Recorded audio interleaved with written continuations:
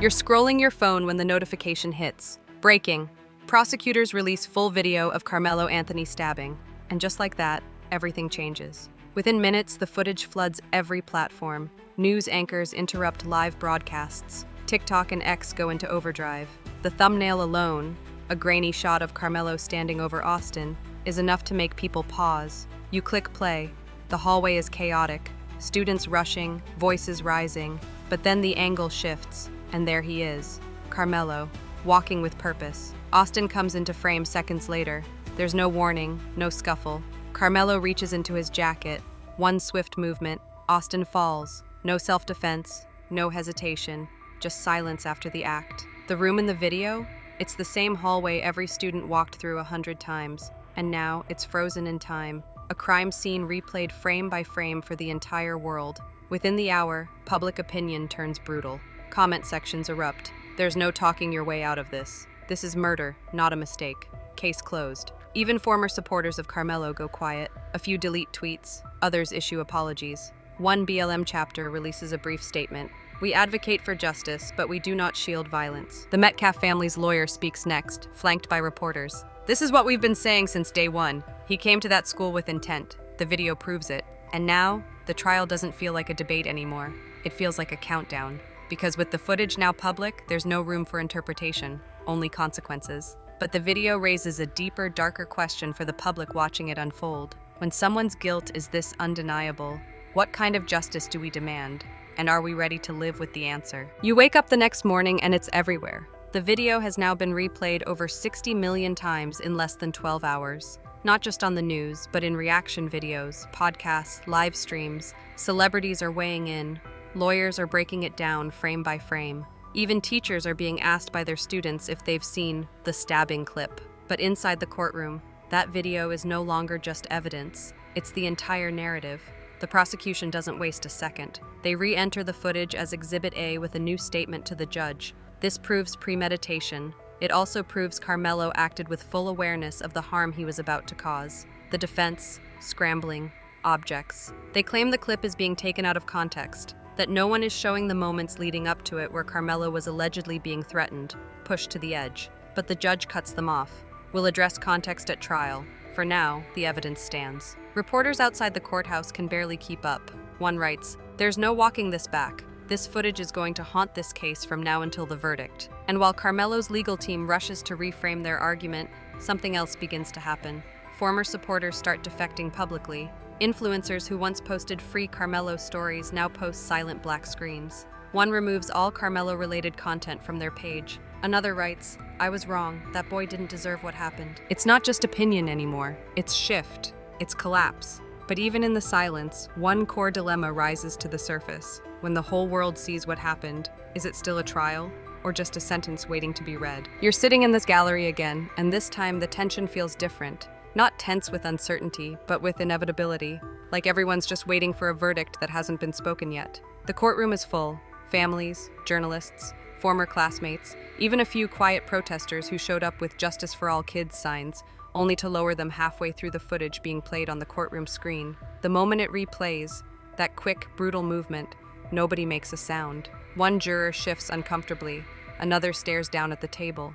But it's not just the jurors who look shaken, it's Karmelo's mother. You watch her face as she watches her son on the screen. Her hands grip the edge of the bench. Her eyes fill, not with outrage, not with denial, but something far worse, realization. This is no longer a fight she can spin into misunderstanding. Her child did this, and now the world knows it. Across the aisle, Austin's parents don't flinch. They've seen it before, 100 times probably. They don't need the footage. They live with the aftermath every morning they wake up. The DA stands and says flatly, premeditated, unprovoked, fatal. The law is clear, and so is the tape. The defense tries a different strategy now. Not innocence, but explanation. They say Karmelo was isolated, bullied, under pressure. They say he didn't bring a weapon with intent, but with fear. They say the system failed him long before he failed Austin. But the courtroom isn't buying it. Not after what they saw. Not after how clean, how calm, how final it all looked. And now the public is no longer asking what happened. They're asking something much harder. When someone makes a fatal decision in full awareness, how much weight should their fear carry compared to the life they ended? You check your phone and see the words, "death penalty" back on the table. Just like that, it's real again. The district attorney's office files a supplemental motion within hours of the video's release. They argue that the clarity and brutality of the footage warrants reintroducing capital punishment as a sentencing option. The judge agrees to hear arguments, and suddenly, what felt like a tragic trial becomes a life-or-death proceeding. Outside the courthouse, the divide sharpens. One side is louder than ever, demanding the harshest penalty available. That wasn't an accident, that was an execution.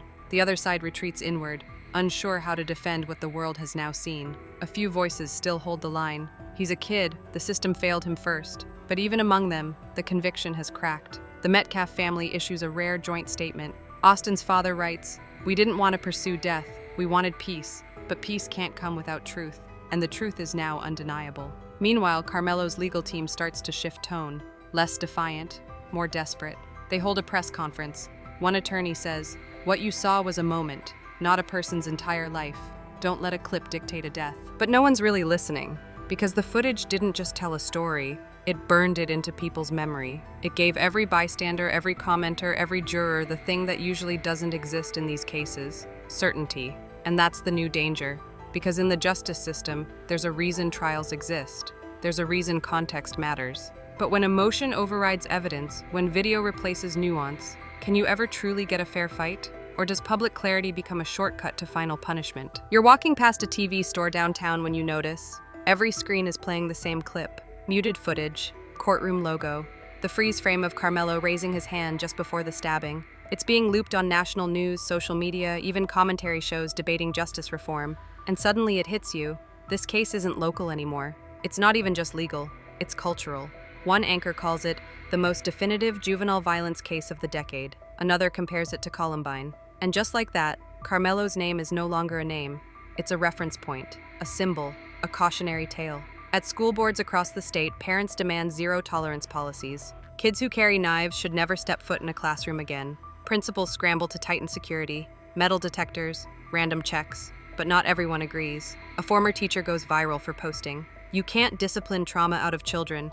You have to understand what makes a kid think a blade is safer than a hallway." But her comments are drowned out by the louder ones. A petition starts circulating, demanding the death penalty be pursued without delay. It gains 500,000 signatures in under 48 hours. And in the courtroom, the prosecution plays the footage one more time. They pause on the moment right before the strike. "You see that?" the attorney says. "No panic, no struggle, just decision." Karmelo's defense team doesn't even object. They just look down, shuffling papers like they're trying to find a version of this story that still gives them hope. But outside, the hope has shifted. Now people are hoping for a ruling that feels like justice. Not legal justice, emotional justice. And that's the new question echoing everywhere. You open your phone expecting updates, but what you find is something else entirely. A leak. A confidential note from inside the DA's office surfaces online, allegedly written weeks ago. In it, prosecutors discuss waiting to release the video until public sentiment is more aligned with maximum sentencing. One line sticks out. "If we show the footage too early, we risk emotional fatigue. Timing is everything." Screenshots spread like wildfire. Hashtags flip overnight, from #justice for Austin to #manipulated by the system. And suddenly, a new conversation explodes. Was this about truth, or was it about control? Karmelo's defense team seizes the opportunity. They call a press conference and slam the prosecution. This wasn't justice, this was strategy. They used a child's life to orchestrate public outrage. One attorney even suggests jury tampering through media manipulation, a claim that, while bold, lands hard in the court of public opinion. But the Metcalf family responds swiftly and emotionally. Austin's mother doesn't hold a press conference. She posts a photo. It's her son's shoes, still by the front door, untouched. Her caption reads, "They say it's manipulation. I say it's a mother telling the world what happened to her child." The photo breaks 1 million shares in a day. And now the case is no longer just about guilt or innocence. It's about narrative warfare. 2 families, 2 strategies, 1 dead boy, 1 boy on trial, and a nation caught in the middle, unsure what justice actually looks like when everyone's trying to frame it first. Because now the question haunting everyone isn't just, did Karmelo do it? It's darker.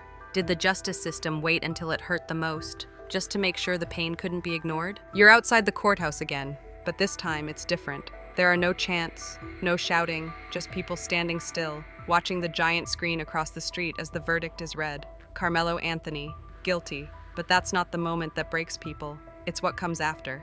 The judge takes a long pause, then announces that the jury has agreed to pursue capital punishment. A gasp ripples through the crowd. Some cover their mouths. Others look down. A few start to cry. And not all of them are supporters of Austin's family.